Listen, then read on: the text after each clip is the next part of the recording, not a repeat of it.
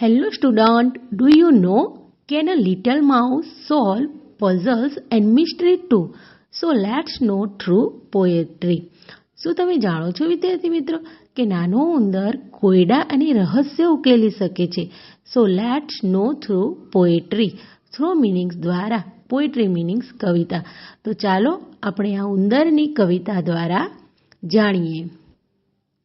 તો જોઈએ, in a small town when the sun goes down. Small town એટલે કે નાની સિટીમાં જ્યારે સન ગોઝ ડાઉન એટલે કે સૂર્ય આથમી જાય છે ત્યાર પછી આ ઉંદર leaves a mouse with a head all brown.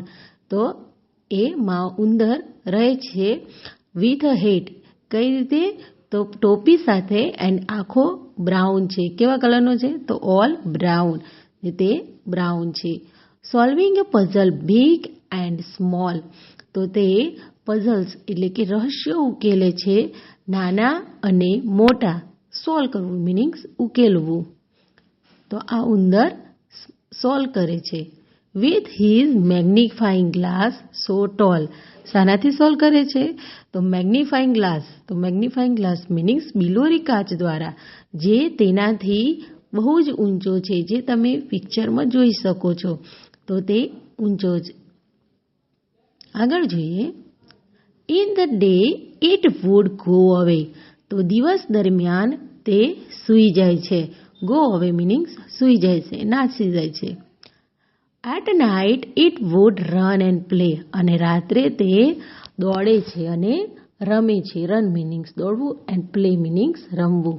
તો at night it would run and play. With a red coat and heart so bold. With a red coat. તો એ રાત્રે કેવી રીતે બહાર આવે છે? તો રેડ કોટમાં, લાલ કોટમાં, એન્ડ હાર્ટ સો બોલ્ડ. અને તેનું હૃદય કેવું હોય છે? બોલ્ડ, બહાદુર છે તે. He would follow footprint in the cold. તો તે ફોલો મીનિંગ્સ પીછો કરવો, ફૂટપ્રિન્ટ્સ મીનિંગ્સ પગની નિશાનીઓનો પીછો કરે છે. ક્યારે? તો ઇન ધ કોલ્ડ, ઠંડીમાં પણ તે પગની નિશાનીઓનો પીછો કરે છે.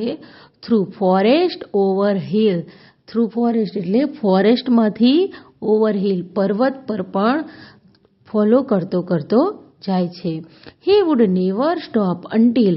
તે ક્યારે, નેવર મીનિંગ્સ ક્યારે સ્ટોપ થતો નથી, જ્યાં સુધી, અન્ટિલ એટલે કે જ્યાં સુધી the case is solve justice in is side.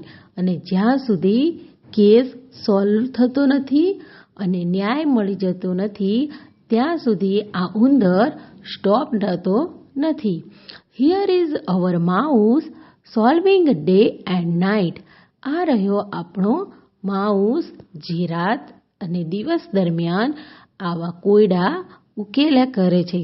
Friends, I hope તમને આ પોયમમાં ખબર પડી ગઈ હશે. તો ચાલો આપણે આગળ જોઈએ. Raman the detective. Detective meanings જાસૂસ. તો રમન નામનો have you heard about Tenaliraman? શું તમે તેનાલીરામન વિશે સાંભળ્યું છે? Tenaliraman was a wise and witty adviser. તે બુદ્ધિશાળી સલાહકાર હતું.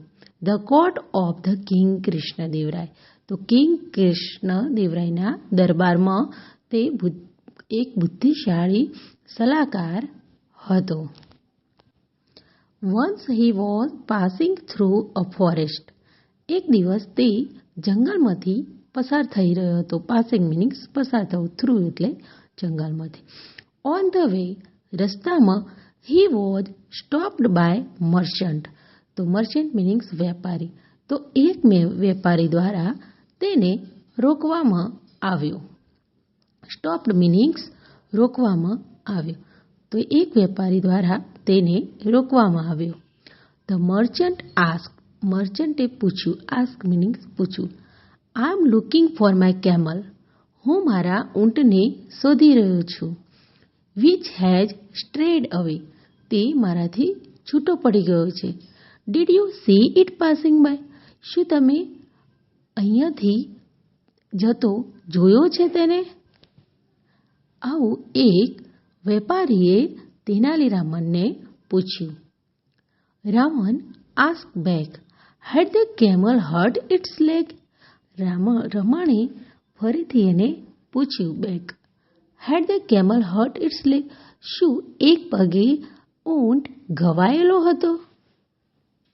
Raman said, only its footprints. Look, you can see footprint of an animal with 3 legs. Raman said, only its footprint. તો તેના પગની નિશાનીઓ જુઓ. You can see footprints of an animal with 3 legs. તમે 3 પગની જ નિશાની જોઈ શકો છો. Raman said it was dragging one leg because it was hurt in its leg.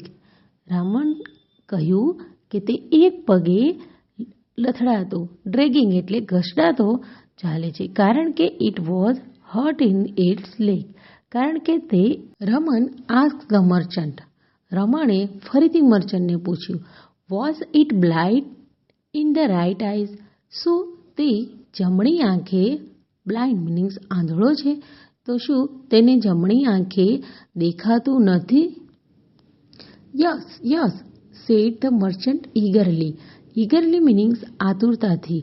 આતુરતાથી વેપારીએ કહ્યું, હા હા એમ જ છે. Raman ask, was it loaded with wheat on one side and sugar on the other? રમણે ફરીથી પૂછ્યું, શું તેના પર સામાન લદાયેલો છે? એક સાઈડ વીટ મિનિંગ્સ ઘઉં એન્ડ સુગર મિનિંગ્સ ખાંડ. તો એની પીઠ પર એક બાજુ ઘઉં અને એક બાજુ શુગર લદાયેલી છે. The merchant replied, yes you are right. મર્ચન્ટે જવાબ આપ્યો, હા તું સાચો છે. વેપારીએ, મર્ચન્ટ મિનિંગ્સ વેપારી. The merchant exclaimed, so you have seen my camel. હવે તે ઉતાવળથી એક્સક્લેમ્ડ એટલે ઉદ્ગારથી બોલવું કે તે મારો ઊંટ જોયો જ છે. હેવ સીન એટલે કે તે મારો ઊંટ હવે તો જોયો જ છે, કેમ કે તે બધી માહિતી સાચી આપી છે. Raman looked upset and said, no I haven't. Raman દુઃખીથી જોયું અને બોલ્યો, નો આઈ હેવન્ટ, ના મેં જોયો નથી. The merchant replied, but you have given the exact description of my camel. મર્ચન્ટે રિપ્લાય આપ્યો, મર્ચન્ટ મિનિંગ્સ વેપારીએ જવાબ આપ્યો, but you have given exact description એટલે કે તે મારા ઊંટનું એવું જ વર્ણન કર્યું છે કે જેવો તે દેખાય છે. ડિસ્ક્રિપ્શન મિનિંગ્સ વર્ણન કરવું. રમન સેડ, આઈ શો નો કેમલ. રમણે જવાબ આપ્યો કે મેં ઊંટને જોયો નથી. Raman explained, do you C those plants line up on both the side of this પથ? રમને એક્સપ્લેન કર્યું કઈ રીતે તેને જોયો છે એવું કહેવું. Do you C those plant, શું તું આ પ્લાન્ટ છોડ જોયે છે? તો એક સાઈડ તે કટ થયેલા છે. You can see the plants on the left have remained untouched, કે ડાબી સાઈડના અનટચ એટલે કે અડ્યા વગર એટલે કે ખાધા વગરના છે. So the elephant could see with only one eyes. તેથી મને લાગ્યું કે ઊંટ એ એક જ આંખે જુએ છે, એને એક જ ડાબી સાઈડના જ ખાધેલા છે, એટલે રાઈટ સાઈડે તે આંખે જોઈ શકતો ન હોવાથી તેણે એક જ સાઈડના પાન ખાધા છે. The bag had a hole which allow the sugar to fall off. અને જે બેગ પીઠ ઉપર છે તેમાં હોલ છે, મિનિંગ્સ કાણું છે, તેથી આ ખાંડ નીચે ઢળી છે. રમન કન્ટિન્યુ, રમણ ચાલુ રાખે છે. યુ કેન સી, તું જોઈ શકે છે. વ્હીટ ગ્રેન્સ એટલે કે ઘઉં ઓન ધ અધર સાઈડ, બીજી સાઈડ ઘઉં પડેલા છે. The bag on this side also must have hole in it. અને બીજી બેગમાં પણ કાણું છે, જેથી અહીંયા સુગર અને એક સાઈડ ખાંડ અને એક સાઈડ ઘઉં ઢળેલા છે. Merchant said, I can see everything you show me, but I still don't see my camel. વેપારીએ કહ્યું, તું જે મને કહે છે એ બધું જ મેં જોયું, પણ but I still don't see my camel. પણ હજુ સુધી, સ્ટીલ મીનિંગ્સ હજુ સુધી મેં મારા ઊંટને જોયો નથી.